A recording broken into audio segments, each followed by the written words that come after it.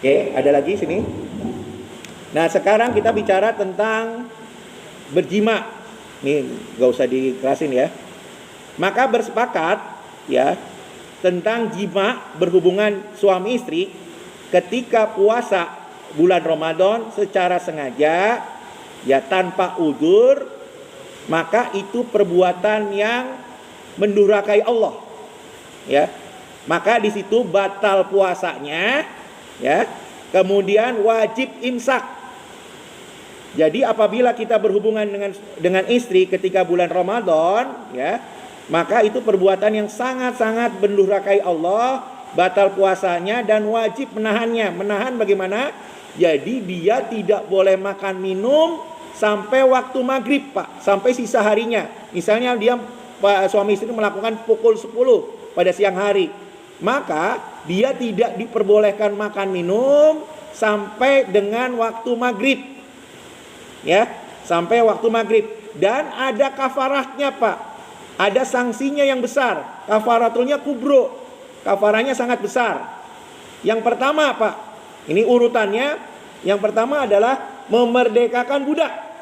Ya, memerdekakan satu orang budak. Nah, kalau tidak mampu, maka puasa 2 bulan berturut-turut. Nah, ini wajib, Pak. Ya. Nah, karena sekarang tidak ada budak, maka yang bisa dilakukan adalah puasa 2 bulan berturut-turut. Nah, itu harus berturut-turut, Pak. Ya, kalau misalnya hari ke-41 dia batal, maka dia harus ulangi dari awal. Ini kafaratnya, Pak, bagi orang yang berjima pada bulan Ramadan di siang hari, ya. Maka dia harus 2 bulan berturut-turut berpuasa. Nah, apabila tidak mampu, misalnya dia sudah tua ya Pak, misalnya sudah tua nih, kalau kali kita mungkin masih mampu ya, tapi kalau orang-orang sudah tua tidak mampu, maka memberi makan orang miskin sebanyak 60 orang. Ya, memberi makan orang miskin itu sebanyak 60 orang. Itu adalah kafarat ya, karena kita melakukan berhubungan dengan istri pada waktu siang hari di bulan Ramadan. Kemudian berkata Imam Malik ya, bahwa Imam Malik mengatakan dari beberapa hal yang tadi disebutkan, maka seseorang itu bisa memilih. Nah, pilihan yang awal menurut Imam Malik adalah memberi makan orang miskin. Tadi kalau yang awal kan, kalau dalam mazhab kita Imam Syafi'i berurutan dulu. Ada budak gak? Nah, kalau ada budak dulu. Kemudian kalau nggak ada budak, baru memberi makan. Dia puasa 2 bulan berturut-turut. 2 bulan puasa berturut-turut. Nah, kalau tidak, maka baru memberi makan orang miskin. Nah, kalau Imam Malik itu bisa memilih, ya, bisa memilih, ya. Memilihnya tergantung mana yang mau pilihannya, ya. Maka memberi makan itu kata Imam Malik itu yang lebih utama. Memberi makan kepada 60 orang miskin itu yang lebih utama. Nah, kemudian sanksinya bagi siapa, Pak? Sanksinya apakah bagi suami istri atau keduanya atau suami saja? Sanksi yang berat tersebut. Nah, dalam pendapat Imam Syafi'i, sanksinya hanya kepada suaminya saja. Jadi suaminya yang harus melaksanakan misalnya memerdekakan budak, kemudian puasa 2 bulan berturut-turut, atau memberi makan orang miskin yang 60 orang. Ini dalam pendapat kita, pendapat Imam Syafi'i. Jadi hanya suaminya saja, sedangkan istrinya tidak, Pak. Nah, tetapi Imam Ahmad ya berbeda. Imam Ahmad, waqala Abu Hanifah dan Malik.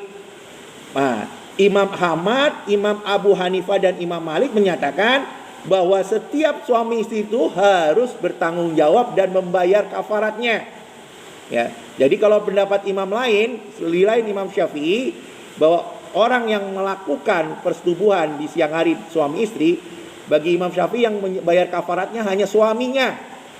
Tapi kalau bagi mazhab lainnya, 3 mazhab lainnya, Imam Abu Hanifah, Imam Malik, dan Imam Ahmad, keduanya wajib membayar kafarat.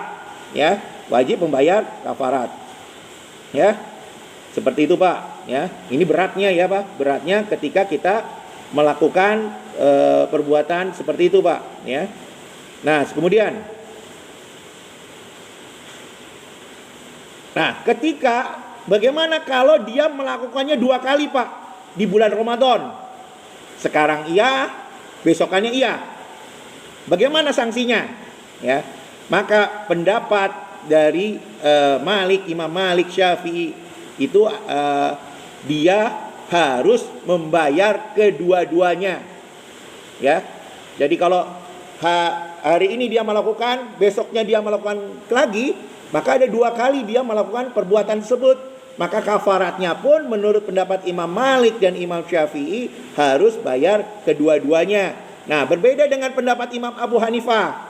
Imam Abu Hanifah mengatakan, ya, kalau yang pertama aja belum dibayar, yang pertama aja kan belum dibayar Pak, ya, maka nggak perlu yang keduanya dibayar, ya, nggak perlu keduanya dibayar. Jadi kalau menurut Imam Abu Hanifah bayar aja dulu yang pertama, ya, nggak perlu bayar yang kedua kalinya, ya.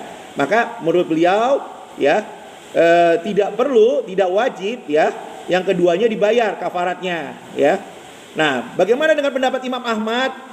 Ya, kalau yang pertamanya sudah dibayar, maka lazim yang keduanya dia melakukan hal tersebut juga wajib dibayar. Itu pendapat Imam Ahmad, ya. Seperti itu Pak, ya. Oke. Sampai sini ada yang ditanyakan? Ada yang ditanyakan? Nah, bagaimana kalau perbuatan itu di luar bulan Ramadan, Pak?